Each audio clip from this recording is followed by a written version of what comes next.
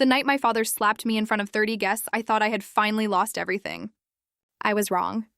Because before that night ended, a stranger would stop me on a dark Virginia road and tell me 5 words that would destroy everything I believed about my life.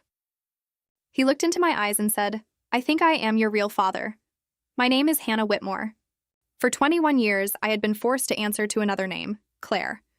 Walter and Evelyn Whitmore had raised me, and they always reminded me that my biological parents had abandoned me. They told me I should be grateful they had taken me in. What I did not know was that they had been collecting money from the state for my care, while treating me like unpaid household help. The day everything changed was Walter's 55th birthday. I woke up at 5 in the morning and started working. I cleaned the patio, arranged 32 chairs, prepared food, polished the dining table, and washed expensive serving dishes by hand. My room was a tiny storage space beside the water heater. It had no window, and my mattress had been picked up from the curb years earlier. My foster sister Madison lived upstairs in a beautiful bedroom with expensive clothes and a credit card paid by Walter. I had saved for 3 months to buy Walter a leather wallet. It cost $80, which was a fortune to me. I wrapped it in plain paper and waited for the right moment. Madison arrived with an expensive smartwatch. Walter hugged her proudly and showed it to everyone.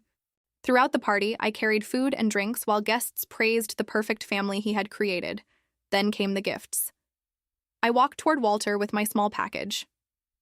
He opened it, stared at the wallet, and suddenly asked what kind of worthless junk I had given him.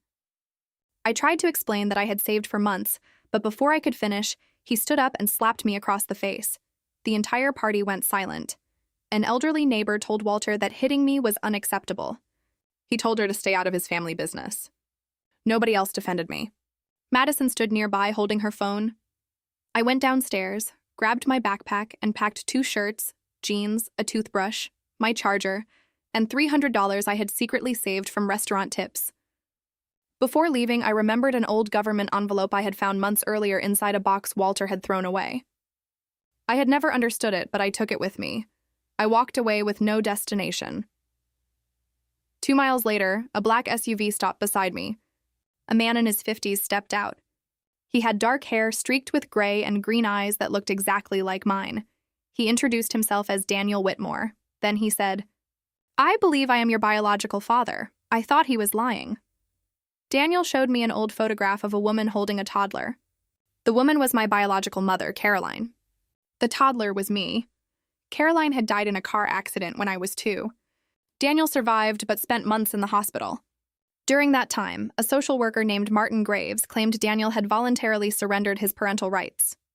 A document carrying Daniel's signature was submitted to the court, and I was adopted by Walter and Evelyn. Daniel swore he never signed it. He had spent 18 years searching for me. His attorney, Lauren Price, opened the envelope I had taken from Walter's house. Inside was a government record showing that Walter and Evelyn had received about $800 every month for my care. The payments had continued for 18 years, nearly $175,000. Suddenly, I understood why Walter had never wanted me to leave. I was not his daughter. I was his income. At the hotel, I told Daniel everything.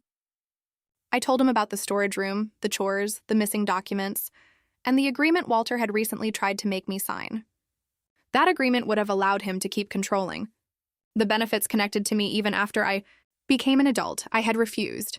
That was why Walter slapped me. The wallet was never the real reason. A few days later, Daniel and I took a DNA test. While we waited, he showed me photographs of Caroline. Her eyes, her smile, even the way she stood looked strangely familiar. Then the results arrived.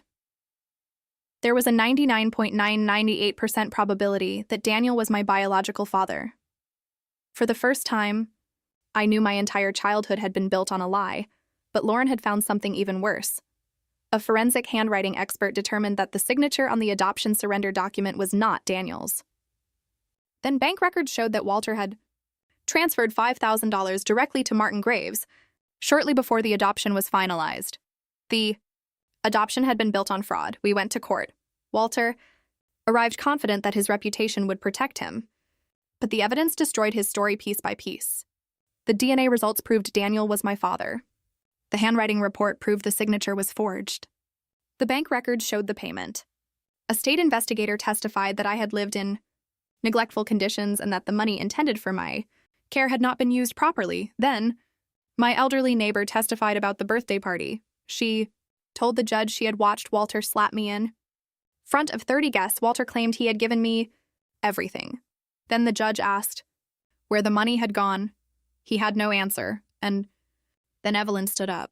Walter tried to stop her, but she pulled away and admitted that she had written the $5,000 payment to Martin Graves. She said Walter told her it would speed up the adoption. She also admitted she had known about my mistreatment for years but had been too afraid to speak. Walter called her a liar, but the truth was already sitting in front of the judge. The adoption was declared void because it had been obtained through fraud. My legal identity was restored to Hannah Whitmore. Walter and Evelyn were ordered to repay nearly $175,000, and the case was referred for possible criminal charges involving forgery, fraud, and child neglect. For 21 years, I had believed I was unwanted. Now I knew someone had been searching for me all along. Outside the courthouse, Madison approached me crying. She said she never knew about the money. She thought her parents had paid for everything themselves.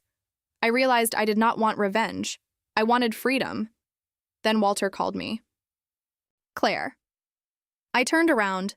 He asked how I could repay him after everything he had done for me. For the first time, I looked directly into his eyes without fear. I said, "You did not do everything for me. You did everything to me. And now it is over." Then I walked away. 6 months later, I live in Richmond in a small apartment with huge windows. I chose it because after spending years in a room without one, I wanted to wake up and see the sky. I am studying for my GED and training in culinary arts. Cooking was something Walter forced me to do. Now I do it because I choose to. Daniel and I have dinner every Sunday. We are still learning how to become father and daughter after losing 21 years. Sometimes we talk for hours. Sometimes we sit quietly. But he always listens. I used to think family was about blood, paperwork, or a last name. Now I know family is about choice. It is the person who lets you ask questions without making you feel guilty. The person who gives you proof instead of demanding blind trust. The person who holds the door open and lets you decide whether you want to walk through it. I lost 21 years, but I did not lose myself.